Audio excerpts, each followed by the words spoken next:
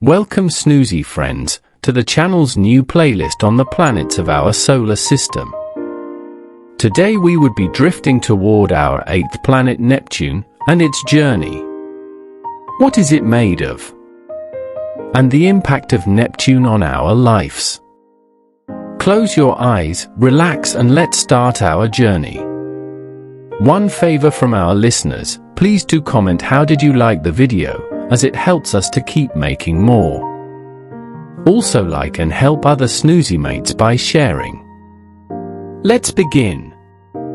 In the stillness of space, where time drifts like stardust and silence hums between worlds, every planet sings a different lullaby. Tonight, you will follow one, faint, distant, and blue, to the edge of our solar sea. Close your eyes now, and let the whisper guide you. The faintest light in the deep Neptune. In the hush between stars, where silence has weight and time moves like fog through a canyon of darkness. A soft light flickers. Barely seen, barely felt. It calls not with brilliance, but with stillness. This is not the sun's domain. Not the realm of rocky shores or gas-filled titans. You are far, far from home. In a place where days stretch into centuries, and shadows outnumber stars. Here, the warmth of the sun arrives as no more than a ghost. A whisper of heat drifting through the void. After a journey of billions of kilometers. But even here, in the outermost reaches of the solar system, there is a planet. A blue one. Distant. Wind-wrapped. And waiting. Neptune. You do not fall toward it. You drift, as if being gently pulled by memory. As if your breath has become thin and slow. And your thoughts dissolve into starlight. Neptune appears not suddenly, but gradually. It emerges from the dark like a dream surfacing in sleep. It is not bright, like Venus. Nor ring-gilded, like Saturn. Nor storm-scarred, like Jupiter. No. Neptune glows softly, a velvet blue. With a pulse like the ocean just before dawn. It is not loud. It does not boast. And yet, as you gaze upon it, you understand that some things do not need to shine to be powerful. Some things do not need warmth to be alive. Neptune exists quietly, at the edge of what we once thought was the end of the solar system. And it has waited, through ages and epochs. For a listener. For someone like you. Let us remember what it means to be this far. Neptune orbits at an average distance of 4.5 billion kilometers from the Sun. That's about 30 times farther than Earth. A beam of sunlight takes 4 hours and 10 minutes to reach Neptune. Longer than it takes to fly around the Earth. And when it arrives, it carries only 1/900th the warmth Earth receives. It is, by every human measure, remote. Too faint for the ancients to see. Too far for the heat of fire. Too far, even, for comfort. And yet, it is here. Orbiting. Spinning. Breathing. A world caught in time. Where a single year lasts 165 Earth years. That means Neptune has completed less than one full orbit around the Sun since it was discovered. It is still, in a cosmic sense, a newcomer to human knowledge. And for most of Earth's history, Neptune was nothing more than a possibility. A calculation. A suspicion. Until we learn to look beyond. Neptune was the first planet discovered not by looking, but by thinking. In the early 1800s, astronomers began to notice that Uranus, newly catalogued as a planet, was misbehaving. Its orbit was off, just slightly, as if some unseen hand was tugging at it. What could cause such a thing? Could there be something farther out? A planet, hidden in the dark, whose gravity was disturbing Uranus. Two minds, working independently, thought so. Urbain Le Verrier in France. John Couch Adams in England. They used Newton's laws of gravity not just to explain motion, but to predict the existence of an invisible world. And on September 23, 1846, using Le Verrier's calculations, Johann Galle of the Berlin Observatory turned his telescope skyward. And there it was. Neptune, exactly where the math had said it would be. Imagine that. A planet found by force of thought. A world born from equations. Confirmed by light. It was one of science's great triumphs. A reminder that the universe is not random. It is precise, knowable, and bound by invisible threads. And yet, even now, so much about Neptune remains unknown. As you drift closer, Neptune fills your view like a vast blue sea, suspended in the void. But this sea has no shore. It has no waves. No ships cross it. No birds sing above it. And yet, it stirs something in you. It reminds you of the deep. Of standing on a cliff at night, looking into black water. Feeling the endlessness beyond. That's what Neptune is. The ocean of the sky. The shoreline of the solar system. The last great wave before the stars begin. Its color is not just blue, it is deep, luminous, almost unreal. Scientists believe this tone comes from methane, a gas in Neptune's upper atmosphere that absorbs red light and scatters blue. But methane alone cannot explain the richness of its hue. Recent models suggest unknown compounds. Perhaps photochemical hazes or icy aerosols are responsible for deepening Neptune's blue beyond that of Uranus, which has a similar atmospheric composition. And so, its color remains partially a mystery. Science can trace the absorption curves and run the simulations. But it cannot fully describe how Neptune feels. Because Neptune's blue is not a color you see. It is a color you enter. A color that embraces you. That slows your breath. That says, you have arrived. Neptune's discovery is unlike that of any other planet in our solar system. It was not seen first through a telescope, nor described by poets or skiggers. It was not counted among the lights that moved across the ancient heavens, like Mars or Jupiter.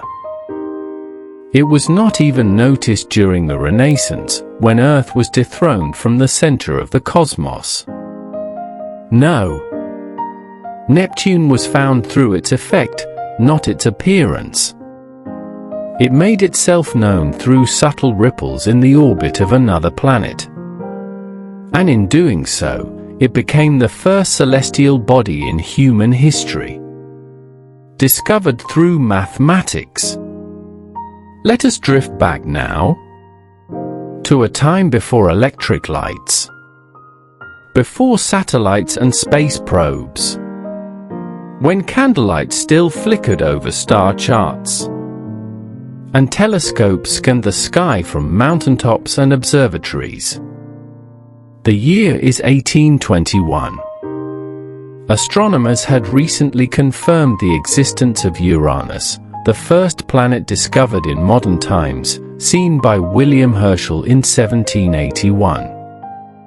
But Uranus, strange and pale in the night sky, wasn't behaving. Its orbit didn't match the predictions made by Newton's laws. It moved slightly faster, or slower, or wobbled in ways it should not. As if something unseen was pulling at it. Was Newton wrong? Or was there something beyond? A hidden presence. A planet not yet known. Two men took up this celestial riddle, working in different countries, unaware of one another's efforts. In England, there was John Couch Adams, a young, quiet genius from Cambridge. In France, there was Urbain Le Verrier, precise, driven, unyielding. Using little more than pen, paper, and Newton's equations. They began the daunting task of calculating the mass, position, and orbit of a planet that had never been seen. It took years. Endless sheets of numbers, endless nights of calculation. But in 1846, Le Verrier's predictions reached the Berlin Observatory, where astronomer Johann Galle turned his telescope to the patch of sky Le Verrier had suggested. And within 1 hour, he found it. A faint blue dot, steady, unwavering, unlike the stars around it. Neptune. Exactly where it had been predicted to be. Imagine the awe of that moment. A planet seen first by mind, then by eye. Not by accident. Not by wandering. But by reason.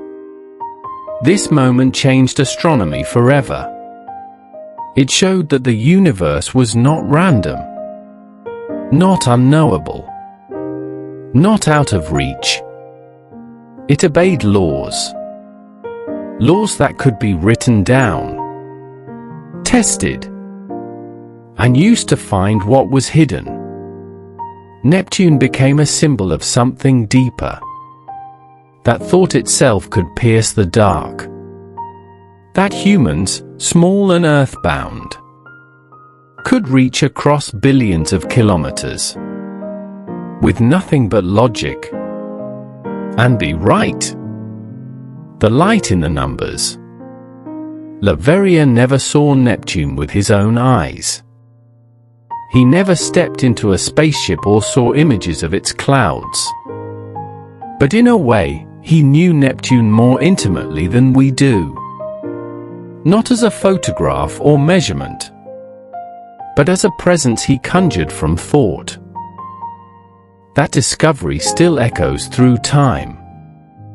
Even today, astronomers use tiny orbital wobbles to find planets around distant stars. Exoplanets, unseen but suspected.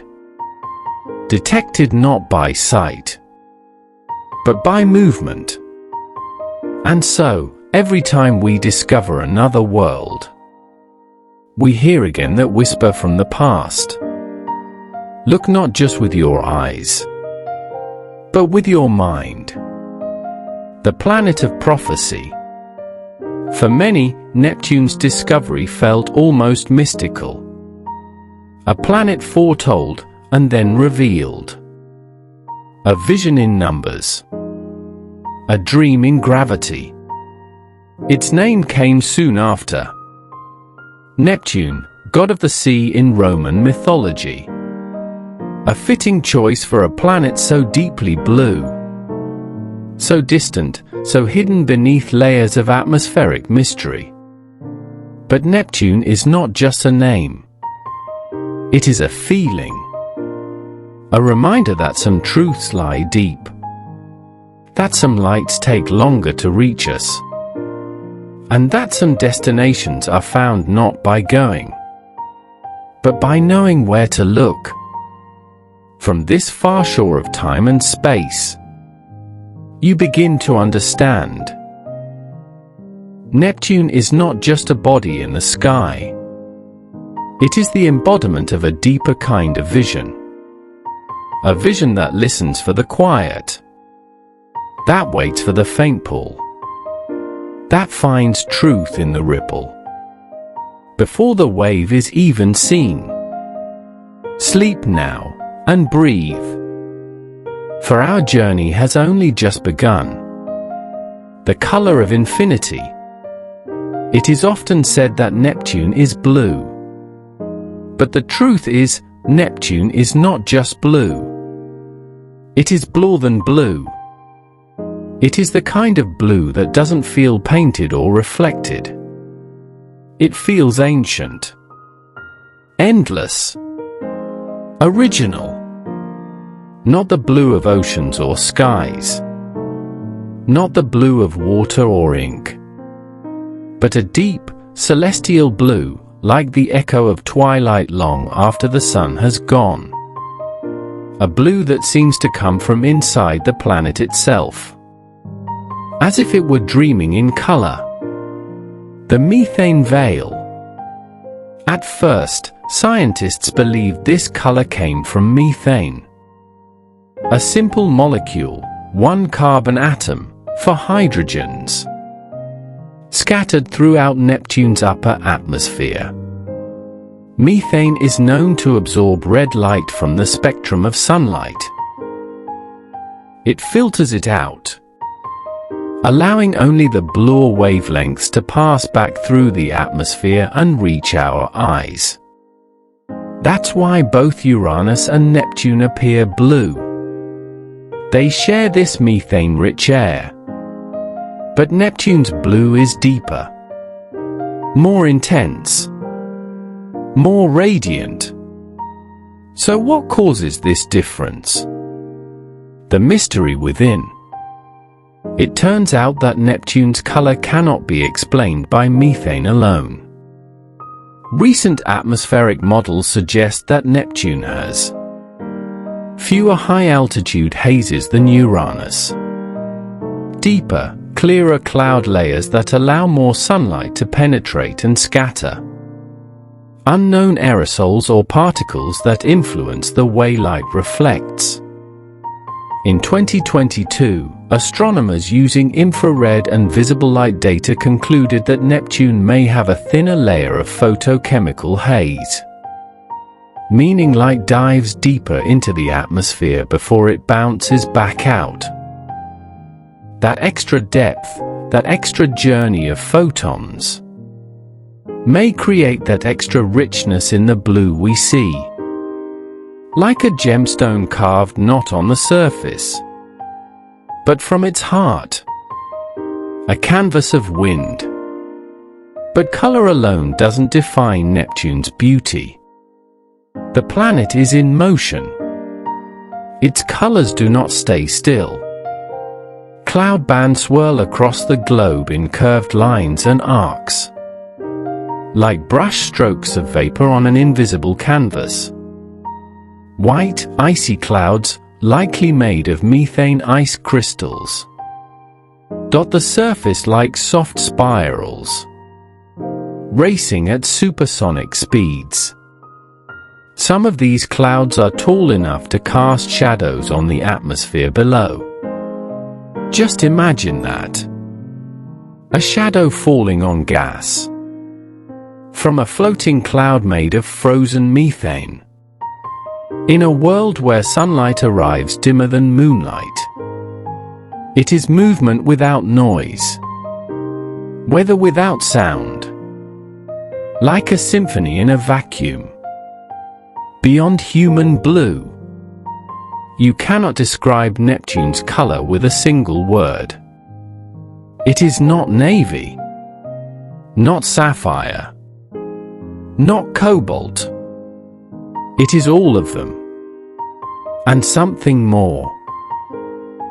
It is the color of distance, the color of waiting, the color of a secret that hasn't been spoken yet. In cultures across the world, blue has long meant depth, mystery, divinity. The color of oceans, the color of the sacred, the color of longing. And Neptune holds that meaning better than anything else in the known universe. It is blue the way a dream is blue. Not because of how it looks, but because of how it feels. And as you drift alongside its upper clouds, watching the planet spin slowly beneath you, you realize this is not just a world. This is an emotion made visible, a color no probe can capture. Even Voyager 2, the only spacecraft to pass close by Neptune, struggled to capture the planet's true appearance.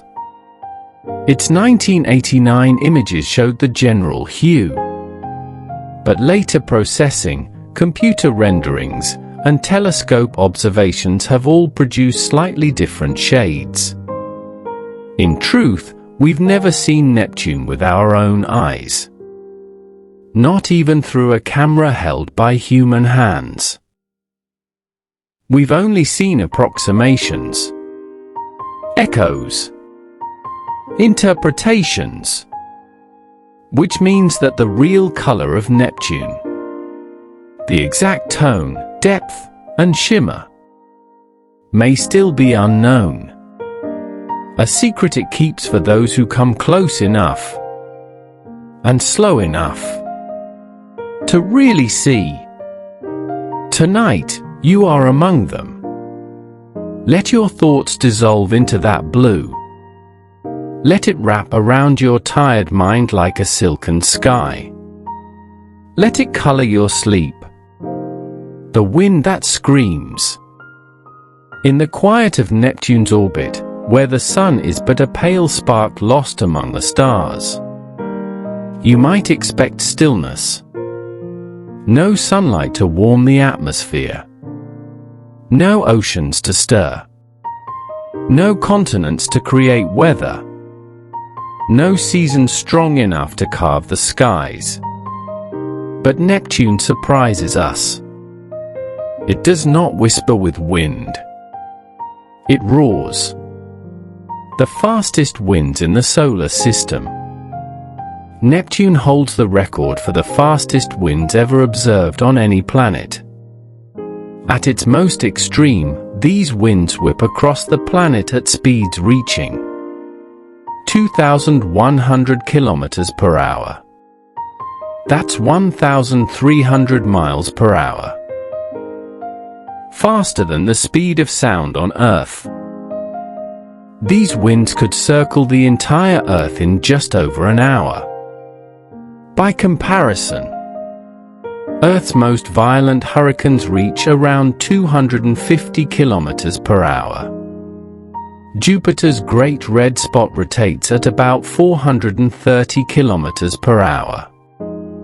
Even Saturn's powerful jet streams remain under 1,800 kilometers per hour. But Neptune's atmosphere outpaces them all. And yet, strangely, we don't fully understand how. Motion in the cold. You see, Neptune is far too cold for such energy, at least by traditional logic. The planet receives only a tiny fraction of the Sun's heat. About 0.1% of what Earth receives.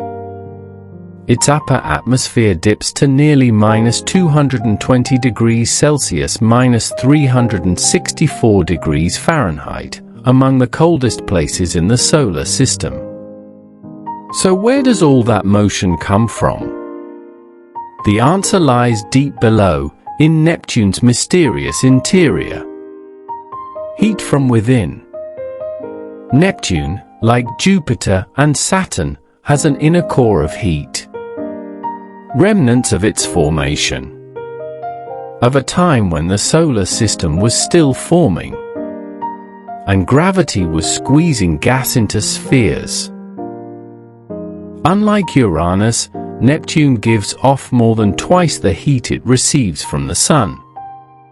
This internal energy may rise upward, creating convection, stirring the layers of gas above into massive storms and jet streams. In effect, Neptune is powered not by sunlight, but by its own heart. The dark spots of Neptune. In 1989, Voyager 2 captured images of a storm that stunned scientists. The Great Dark Spot, a swirling, oval-shaped storm system, about the size of Earth. It rotated counterclockwise in the southern hemisphere. Surrounded by bright white clouds, methane ice swept up by the vortex. Unlike Jupiter's red spot, which has lasted for centuries, Neptune's dark spots seem temporary, appearing and disappearing over just a few years. Since Voyager, the Hubble Space Telescope has spotted several more dark spots forming and fading. These storms appear suddenly, like ripples from an invisible hand. And when their time comes, they vanish, without a trace. It's as if Neptune storms are not permanent scars, but passing moods. Fleeting, powerful, and private. Clouds like no other. Around these storms, Neptune's atmosphere is layered with high-altitude cirrus clouds, made of frozen methane. These clouds can be seen casting shadows on the lower cloud decks, offering a rare, three-dimensional view of atmospheric depth. Sometimes, cloud systems appear as bright white ovals, racing through Neptune's bands like ships on an invisible sea.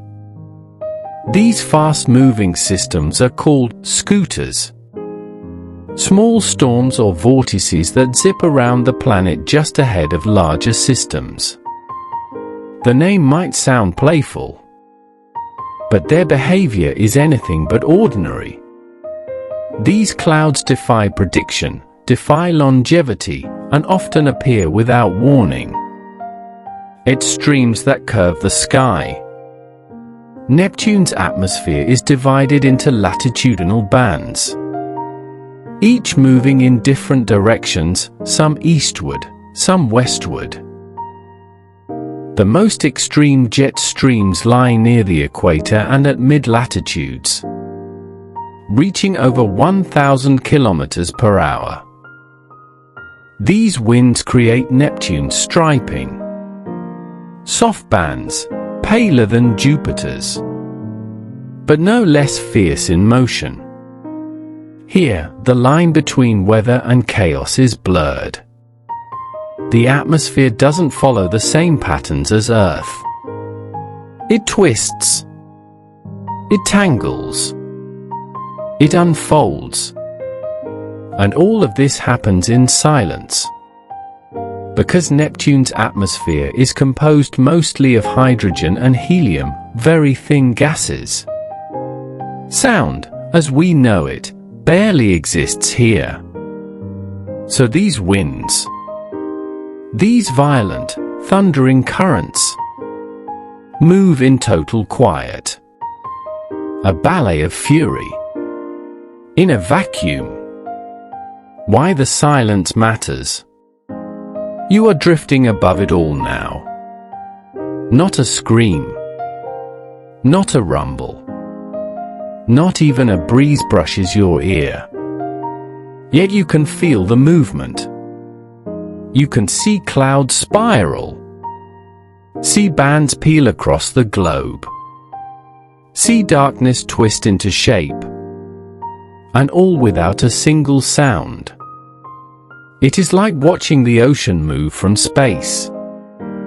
Silent but powerful. Slow but eternal. That is the mystery of Neptune. A place that screams in absolute stillness. Voyager 2. The lone visitor. There has been only one. Only one human-made object has ever drawn close to Neptune. Only one machine has ever looked at its clouds from just above the edge. Not across space, but in person, if such a thing can be said of a spacecraft. Its name was Voyager 2. And it came not as a conqueror, but as a curious traveler, passing gently by, on its long, final journey through the void. A mission of grand design. Voyager 2 was launched on August 20th, 1977. More than 4 decades ago. During a rare planetary alignment that happens only once every 176 years. This alignment allowed a spacecraft to hop from planet to planet using gravity assists, saving fuel and gaining speed. Voyager 2 would visit 4 worlds. Jupiter, 1979. Saturn, 1981. Uranus, 1986. And finally, Neptune, 1989. It was not expected to last that long. But like all great explorers, it persevered. And after more than 12 years and 4.3 billion kilometers, it arrived at the edge of the solar system's known horizon. To Neptune. A flyby in the dark. On August 25, 1989, Voyager 2 became the first, and still the only, spacecraft to visit Neptune. It flew just 4,950 kilometers above the planet's cloud tops. Closer than it came to any other planet. In that single pass, it revealed a world no telescope had ever truly seen. What had been a blue blur became a planet with cloud systems racing across latitudes. The now famous Great Dark Spot, spinning like a stormy eye. High-altitude cirrus clouds of methane ice. A faint system of rings, barely visible. And, perhaps most beautifully, the strange, backward-orbiting moon Triton. Voyager 2 sent home over 9,000 images, mapping Neptune's magnetic field, studying its plasma environment, and uncovering phenomena scientists had never imagined. A symphony of silence. There is something sacred about the idea of that moment. A tiny, human-made probe, carved from metal and circuits, gliding silently past a gas giant, seeing what no eye had ever seen. There were no engines roaring, no control towers, just Neptune, and the quiet hum of instruments clicking to life. Every photo, every data point, had to be compressed and sent home in digital pulses, riding waves of radio over billions of kilometers. It took hours for each message to reach Earth. And yet, from all that distance, Voyager spoke. It whispered of a storm, of a blue more vivid than anything on Earth, of a moon that spewed ice into space, of rings that glowed in starlight, of winds that could tear the skies apart. The farewell signal. As Voyager 2 passed by Neptune, it turned its camera toward the moon Triton. And then, slowly, away from the planet. Into the deep, It was moving faster than any object had before. Almost 60,000 kilometers per hour. And it would never return. This was goodbye. No orbit. No return pass. No landing. Just one pass through Neptune's shadow. A quiet bow. And then, onward. Into interstellar space. Still traveling. As of now, tonight, as you lie dreaming, Voyager 2 is still alive. Its power is fading. Its instruments are slowly shutting down. But it continues to send back whispers. It is now over 20 billion kilometers from Earth. A tiny voice in the dark. A message in a bottle, floating toward the stars. And though it has long since passed Neptune, in many ways, it never truly left. Because everything we know about that planet, everything that gives Neptune shape, detail, character, came from that one meeting. A brief visit. A gentle pass. A glance that changed everything. The legacy of a passing glance. What Voyager 2 taught us about Neptune still echoes. It revealed more than just clouds and storms. It revealed the depth of our curiosity, the reach of human ingenuity, the beauty of sending something so small, so far, just to look. And in the silence of that flyby, Neptune seemed to look back, not with hostility, but with patience, as if it had been waiting, as if it knew we would come. And now, as you drift in your sleep, you follow the same path. Quiet, weightless, curious. Carried not by gravity, but by wonder. Rings in the shadows. You might think of rings and imagine Saturn, bright, vast, majestic. A golden crown visible even through a child's telescope. But Neptune, too, wears rings. They are not radiant. They are not broad. They do not glitter in the day. They are whispers, not shouts. Veils, not crowns. And for decades, we didn't even know they were there. They lay hidden in the dark. The first hints. Before Voyager 2's flyby, astronomers suspected Neptune might have rings. In the early 1980s, they observed brief, puzzling dips in starlight as stars passed behind the planet. As if something was momentarily blocking the view. These dips were inconsistent. They didn't always appear. So for years, scientists debated. Were they seeing incomplete rings? Or something else? It was Voyager 2, in 1989, that gave us the answer. The discovery of arcs. Voyager 2 revealed that Neptune has at least 5 main rings. And several incomplete arcs. Something no other planet in the solar system seems to have. These rings are Gal, the faint innermost ring. Leveria, narrow and thin. Larcel, a broader, dusty region.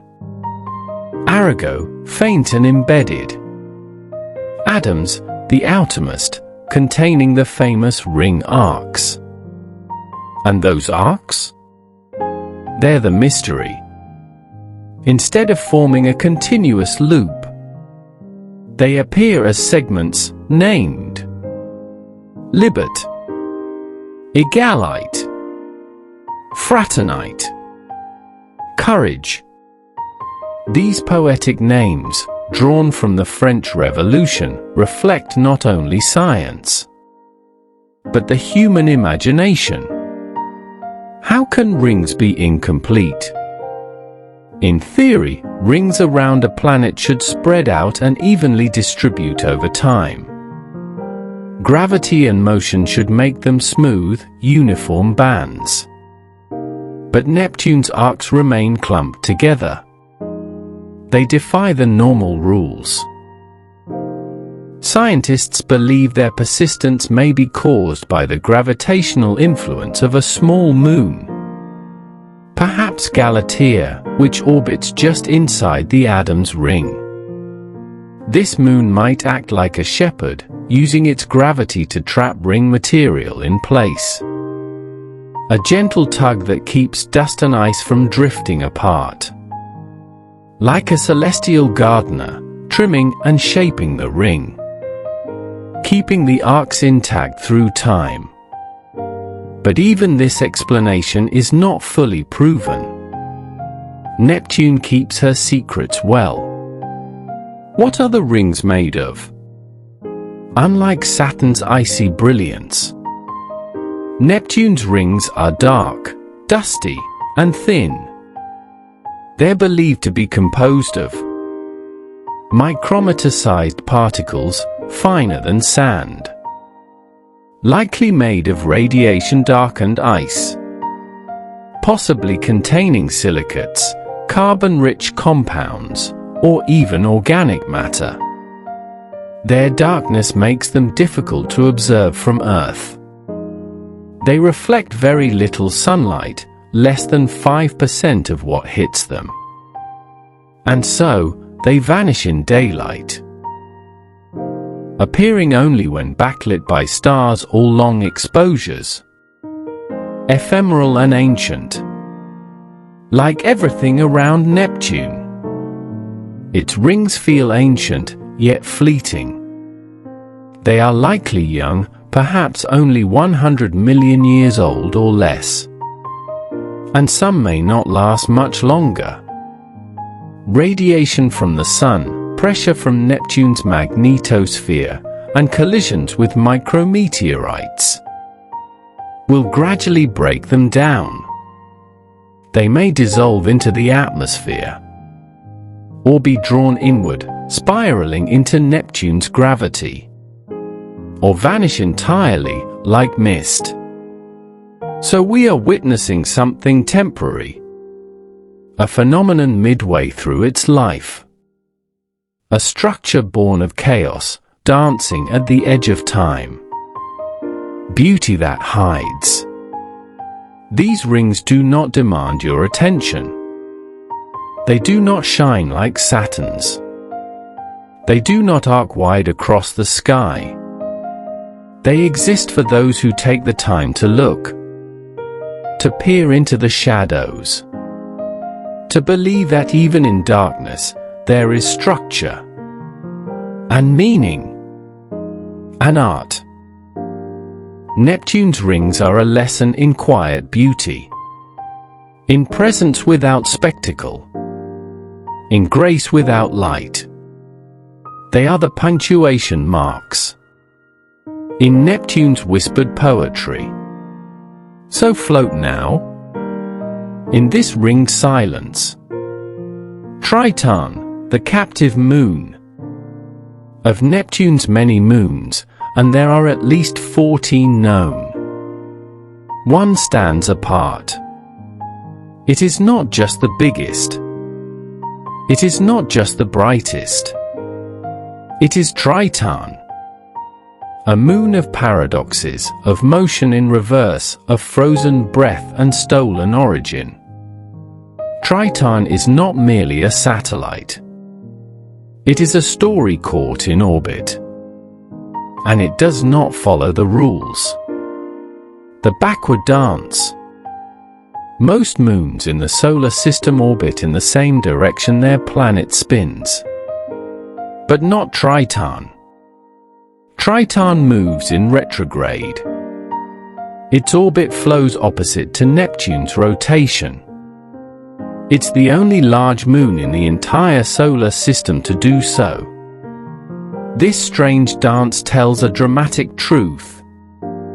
Triton did not form around Neptune. It came from somewhere else. A captured wanderer. Long ago, perhaps over 4 billion years in the past. Triton may have been part of the Kuiper Belt, a distant region beyond Neptune filled with icy bodies, dwarf planets, and frozen remnants of the early solar system. It was likely once a dwarf planet, perhaps even a binary system like Pluto and its moon Charon. Then, something happened. A close encounter. A gravitational trap. A cosmic theft. Neptune's massive pull may have captured Triton, ripping it from its original path and locking it into orbit. But because the capture was violent and retrograde, Triton's new orbit was unstable, eccentric, and possibly disrupted other moons Neptune once had. Many of those moons may have been destroyed.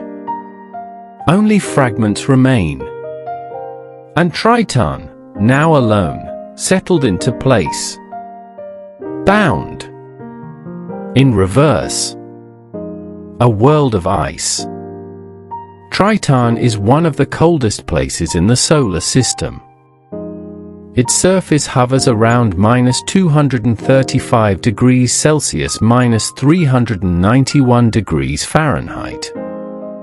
But cold does not mean still. Voyager 2 revealed something astonishing.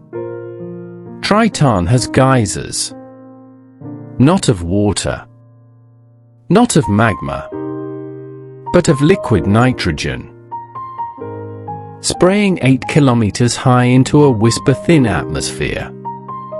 These geysers are driven by the sun's faint warmth, which penetrates Triton's icy crust just enough to turn nitrogen to gas beneath the surface.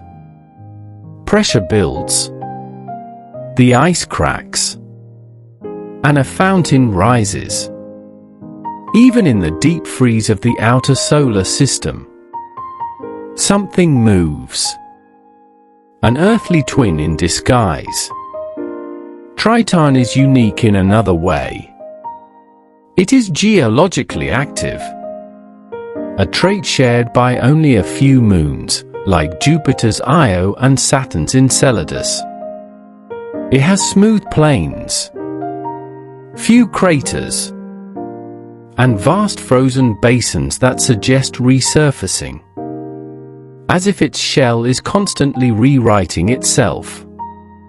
There are dark streaks where geysers once erupted, grooves and ridges etched across its landscape, cantaloupe-like terrain unlike anything seen elsewhere.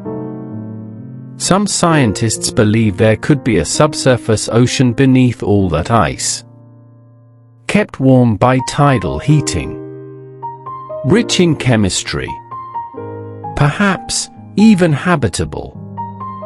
If this is true, then far from the sun, in Neptune's shadow, there may be another chance at life. The vanishing moon. But Triton's story may not end with stability, because it orbits in the wrong direction. Triton is slowly spiraling inward. Over the next billions of years, it may fall closer and closer to Neptune, until gravity tears it apart. And when that happens, far into the future, Triton may break into pieces, forming a magnificent new ring around Neptune. One final act. A moon becoming a halo. A monument to its captured life. Dreaming beside the moon. As you drift now, silently orbiting with Triton, imagine standing on its icy plains, gazing out at Neptune. Huge, blue, slow spinning in the black sky. The wind here does not whistle.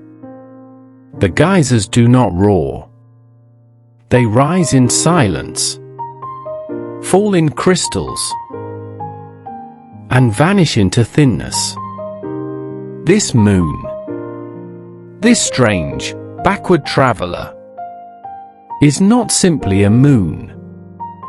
It is a survivor, a refugee, a poem written in reverse. And it dreams still of where it came from, of where it is going, of the ocean it might hide beneath its frozen face. Let Triton hold your thoughts now.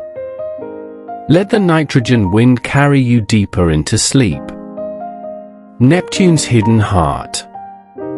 From afar, Neptune is calm, blue, serene, a jewel hung in the dark. But as you drift closer, through layers of cloud and gas, the quiet gives way to pressure, to heat, to movement. For beneath Neptune's tranquil face lies a world without solid ground. A world of transitions, of fluids, plasma, and crushing forces. Its beauty above hides a deep and powerful heart.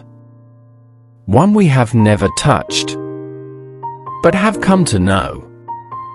Layer by invisible layer. The first layer, the atmosphere. Neptune's atmosphere stretches thousands of kilometers above any surface. It begins with the outer cloud tops. Mostly hydrogen, about 80%. Helium, 19%. And a touch of methane, which paints the blue. The upper atmosphere is dynamic and alive. Storms, winds, clouds. But as we descend, the pressure rises. The temperature climbs.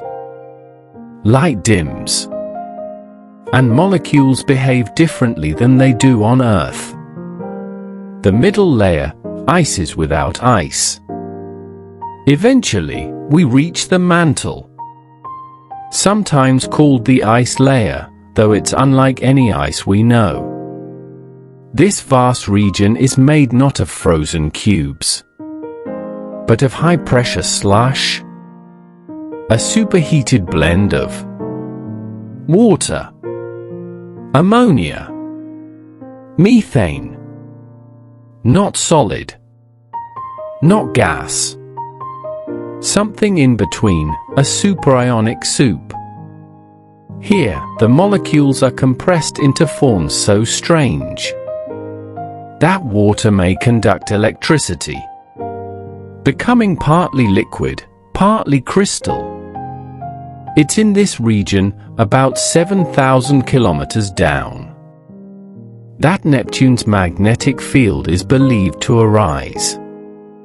But unlike Earth's neat magnetic dipole, Neptune's field is wild, tilted 47 degrees from its rotation axis, an offset far from the planet's center.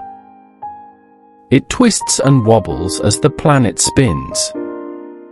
This tells us Neptune's magnetic dynamo must form in a thin shell, not a central core. A dynamo powered not by molten metal, but by pressurized, electrified water. Isn't that astonishing? A magnetic field, born of water. The core, solid or not. At the very center, far below the layers of gas and superfluid, scientists believe there is a core. It may be rocky, perhaps made of silicates, metals, and compacted ices. Twice the mass of Earth. It is crushed under millions of atmospheres of pressure and heated to over 5,000 degrees Celsius, hotter than the surface of the Sun. But unlike Earth's core, which is mostly iron and spins like a solid, Neptune's core may not be sharply defined. There could be a gradual transition from ice mantle to core, a blending of states under extreme conditions. We cannot yet say where Neptune's center truly begins. But we know this. It is there, pressing outward, pushing heat up into the swirling winds above, driving storms, lifting clouds, fueling all the beauty we see from far away. The heat that shouldn't be. Neptune is far from the Sun, nearly 4.5 billion kilometers away. It receives only 1/900th the solar energy that Earth gets. Yet, strangely, Neptune emits more than twice the heat it absorbs. This is more than Uranus, despite the two planets being similar in size and composition. So why? We don't fully know. There are theories. It could be the leftover heat from its formation, slowly leaking outward over billions of years, or radioactive decay in its core, adding internal warmth. Perhaps convection currents that mix the interior more efficiently than Uranus. Or even exotic phase changes in the ice mantle, releasing latent heat. Whatever the cause, Neptune is more active, more vibrant, more alive than a world that cold and distant has any right to be. Diamonds beneath the clouds, and deep in Neptune's mantle. Scientists propose one of the most poetic possibilities in the universe: diamond rain. As pressure increases, methane molecules may break apart, carbon atoms squeezing together into diamond crystals. These diamonds, heavier than the surrounding fluid, would fall like hailstones toward the core. A storm of gems, raining in silence through hundreds of kilometers of hot, dark fluid. Some may even melt and form liquid diamond oceans in the crushing depths below. It sounds like fantasy, but lab experiments have begun to simulate these extreme pressures, and the results suggest it may be real. A world where it rains diamonds, where the hidden heart glitters in shadows. You are here now, not in body, but in thought, floating at the center of Neptune. It is not dark. It is not quiet. It is something else. A pressure so vast it presses not only matter, but meaning into shape. A core not of stone, but of energy, motion, memory. This is the furnace that powers Neptune's winds. This is the hidden lantern behind the blue. And as you drift upward, through the hot, heavy ice, through rising columns of hydrogen, through clouds and storms, you realize you have seen a world from the inside. You have floated within a planet, felt its breath, heard its pulse. Sleep now, closer than ever to the source. Let Neptune's hidden heart warm your dreams. Good night.